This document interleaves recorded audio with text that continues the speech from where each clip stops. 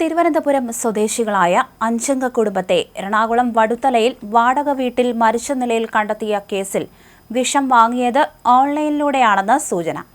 താമസിച്ചിരുന്ന വീട്ടിൽ നിന്ന് അധികം പുറത്തു പോകുന്ന പതിവില്ലാത്തതിനാലാണിത്. വടുതല കർഷക റോഡ് ഗ്രീൻ ഗാർഡൻ ലൈനിൽ വാടകയ്ക്ക് താമസം ആരംഭിച്ചതു മുതൽ ഭക്ഷണവും മറ്റും ഓൺലൈനിലൂടെയാണ് വാങ്ങിയിരുന്നത്. അതുകൊണ്ട് തന്നെ കുടുംബം വിഷം വാങ്ങിയതും ഓൺലൈൻ വഴിയാണെന്നാണ് സൂചന. 3 കുപ്പി വിഷം വാങ്ങിയതായിട്ടാണ് സംശയം.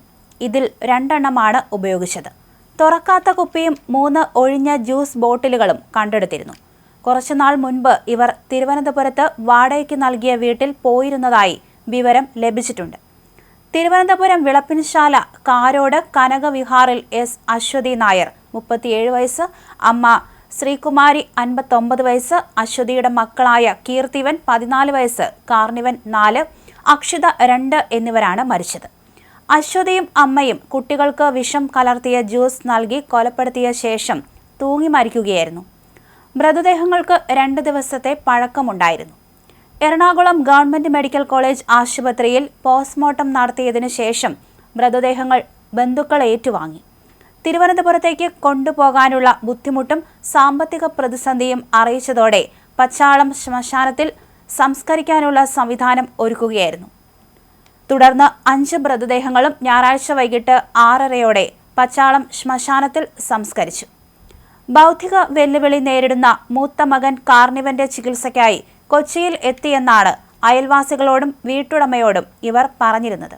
എന്നാൽ തിരുവനന്തപുരം പൂവച്ചലിലെ വീട്ടിൽ നിന്നും ആരോടും പറയാതെ മക്കളുമായി ഇറങ്ങിപ്പോയ അശ്വതിയെയും സംഘത്തെയും കണ്ടെത്താൻ പോലീസ് അന്വേഷണം നടത്തിവരികയായിരുന്നു. ബന്ധുക്കളുമായുള്ള തർക്കങ്ങളെ തുടർന്ന് അശ്വതിയും കുടുംബവും കൊച്ചിയിൽ ഒളിവിൽ കഴിയുകയായിരുന്നു എന്ന സംശയമാണ് ഇപ്പോൾ ഉയരുന്നത്. അശ്വതിയുടെ ഭർത്താവ് അക്ഷത് കഴിഞ്ഞ വർഷം ജൂലൈയിൽ ആത്മഹത്യ ചെയ്തിരുന്നു. ഇതിന് കൃത്യം 1 മാസത്തിന് ശേഷം ഓഗസ്റ്റിലാണ് അശ്വതി മക്കളെയും കൂട്ടി പൂവച്ചലിലെ വീട്ടിൽ നിന്നും ഇറങ്ങിപ്പോയത്. അശ്വതിയെയും പേരക്കുട്ടികളെയും കാണാനില്ലെന്ന് കാണിച്ച് അക്ഷതിന്റെ അമ്മ ഉഷ 3 തവണ കാട്ടാക്കട പോലീസിൽ പരാതി നൽകിയിരുന്നു. പോലീസ് അന്വേഷണം ഊർജിതമായി നടക്കുന്നതിനിടയിലാണ് അപ്രതീക്ഷിതമായി കൊച്ചിയിൽ നിന്ന് മരണവാർത്ത എത്തിയത്. പോലീസ് അന്വേഷണം പുരോഗമിക്കവേ അശ്വതി അതീവ രഹസ്യമായി പൂവച്ചലിലെ വീട്ടിലെത്തി മടങ്ങിയിരുന്നു. അമ്മായിയമ്മ ഉഷ വീട്ടിലില്ലാതിരുന്ന സമയം നോക്കി വീട് കുത്തി തുറന്നാണ് അശ്വതി അകത്തുകയറിയത്. തന്റെ സാധനങ്ങളെല്ലാം എടുത്തു മടങ്ങിയ അശ്വതി ഉഷ താമസിക്കുന്ന മുറിയൊഴികെ വീട്ടിലെ ബാക്കി എല്ലാ മുറികളും പൂട്ടുകയും ചെയ്തു.